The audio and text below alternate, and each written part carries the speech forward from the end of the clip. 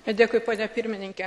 50 metų gegužės 9 dieną Robertas Šumanas pasiūlė taip vadinamą Šumano planą, kuris padėjo pagrindus Europos šalių ekonominiam bendradarbiavimui.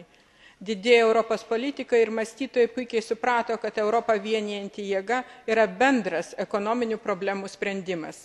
Šių sprendimų pagrindas buvo tarp valstybinės, finansinės ir ekonominės grupės, kurios kūrė pridėtinę vertę ir kūrė darbo vietas. Įgyvendindami savo nacionalinius ekonomikos gaivinimo planus, šalys narės tų europinių grupių veiklą sutrikdė. Ir mes turime daug problemų ir dar turėsime daugiau problemų, jeigu nesugebėsime atstatyti koordinavimą Europos Sąjungos mastu ekonominės politikos. Aš labai tikiuosi, kad tarp naujų Europos lyderių atsiras tokių kaip ponas Šumanas, Žanas Monė, Konradas Adenaueris, kurie matys toliau savo nacionalinių interesų. Dėkui.